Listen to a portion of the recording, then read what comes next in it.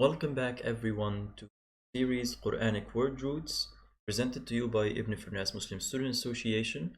This is episode 7 of the series, and in this episode we talk about the root alama. So as already mentioned in episode 1, the root alama is the 6th most recurrent root in the Quranic text, and derivations have roughly 854 recurrences in the Quran. So the central meaning of the root alama in the Arabic language is setting a possibly high mark to distinguish something from the likes of it. So if you want to distinguish, let's say, a road or a path, or just an object, and you want to mark it, you would set a mark next to it to distinguish it. And regarding the physical meaning here, I want to talk about the word alama, and alama is one of the derivations, of course, of the root, and it means distinguishable mark. So Arabs would have for example, a pile of rocks to distinguish, let's say, a road, for example, from another, or a certain object from another, and usually this pile of rocks would be a bit high, and it would be unique to distinguish this road or path from the other roads, and they would call that alama. So that's for the physical meaning of the root. For the derivations of the root in the Quran, there are 21 derivations, and this might seem like a lot, but we can make things simpler by categorizing them in 3 categories. Each category has slightly different meaning from the others, but they all revolve around the same central meaning of the root. So for the first category, the word is alamat, and alamat means distinguishable marks. Alamat is the plural of alama, which we just mentioned. So that's it for category 1. Category 2, the word is a'lam, and a'lam means mountains. And how can we relate this to the central meaning? Well, mountains were used, especially in the desert, for guidance, and well, in other environments as well, for guidance. So they were used as marks for certain paths.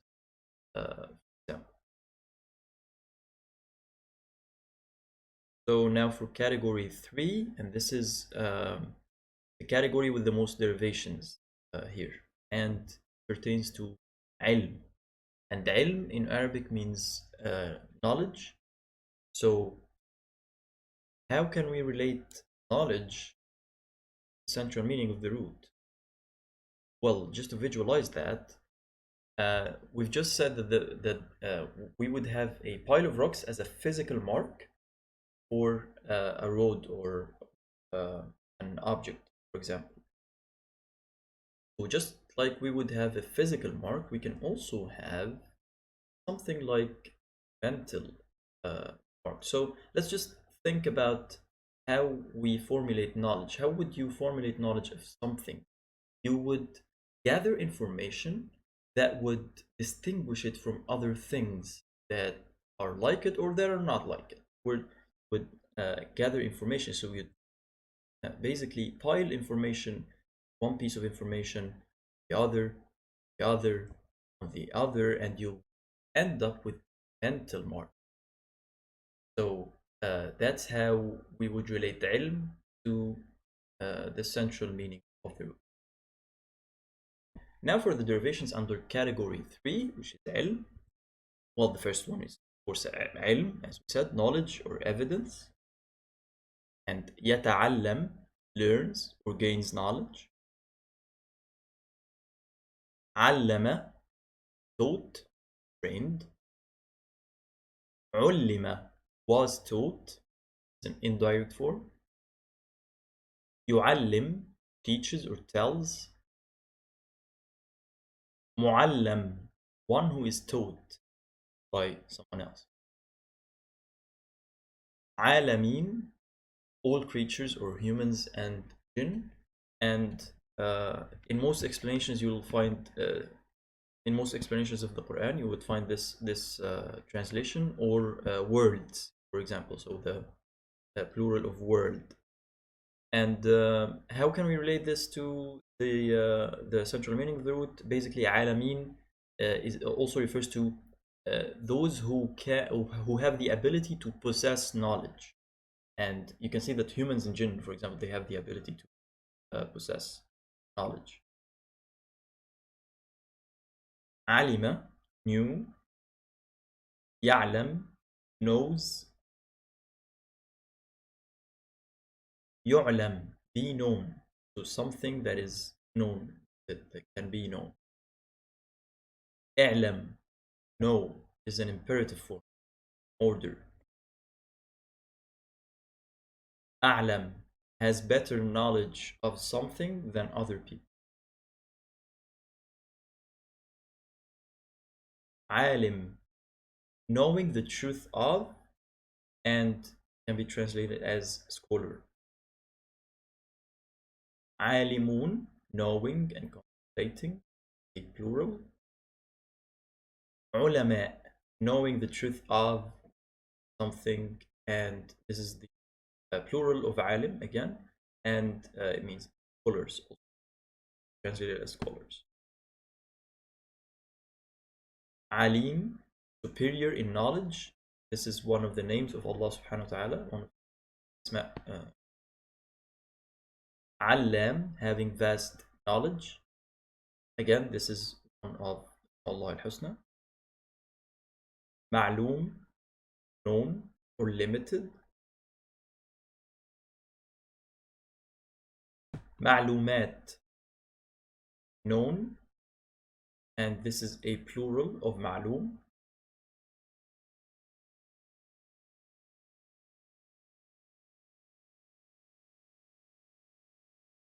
So that was it for the derivations. But just a quick remark here regarding the names of Allah subhanahu wa ta'ala. We touched upon 3 of them: Alim, Allam, and in some contexts, Alim. So just a remark on the difference between Allah's knowledge and ours, since we've talked about the Asma of Allah in or the names of Allah in the context of knowledge.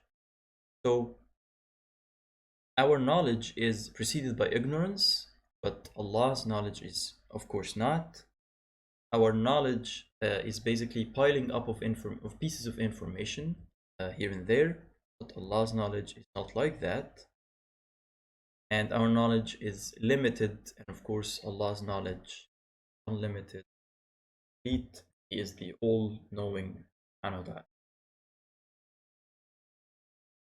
So, as always, now for the verse examples, I will say the verses and we can identify the derivations here. Bismillahir-Rahmanir-Rahim. وعلامات وبالنجم هم يهتدون. علامات. So this is category 1. This means landmarks. وله الجوار المنشآت في البحر كالأعلام. أعلام. So this is category 2, and أعلام means mountains. يعلمون الناس السحر وما أنزل على الملكين ببابل هاروت وماروت وما يعلمان من أحد حتى يقولا إنما نحن فتنة فلا تكفر. يعلمون, teaching, so they are teaching. يعلمان, this is the duplicate, so like the يعلمان, 2 who are teaching, basically. يعلمان, 2 angels.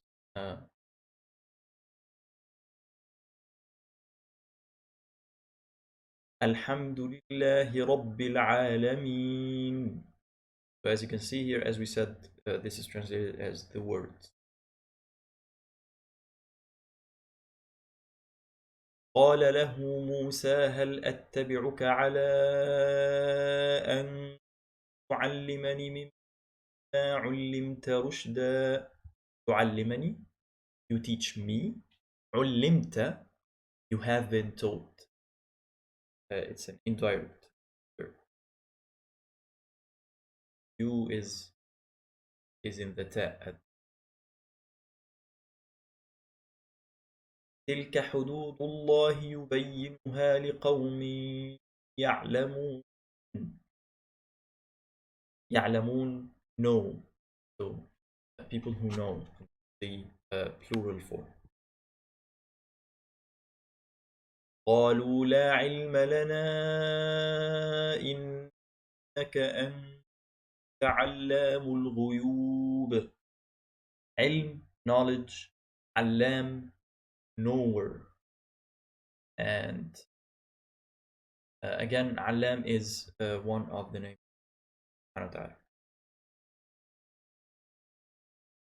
So a couple of exercises. I'm gonna say the ayah, recite the ayah, and leave you for a couple of seconds and then go to the answers. اعلموا أن الله شديد العقاب وأن الله غفور رحيم. Now we can go to answer. اعلموا, know, and that is an imperative and it's addressed to a multitude of people, a plural. And then another exercise. بسم الله الرحمن الرحيم. قالوا سبحانك لا علم لنا إلا ما علمتنا إنك أنت العليم الحكيم. So I'll leave you guys for a couple of seconds and let's go to the answer. علم, knowledge. علمتنا, you have taught us. Al-Alim, the knowing. Again, Al-Alim, one of the names of Allah subhanahu wa ta'ala.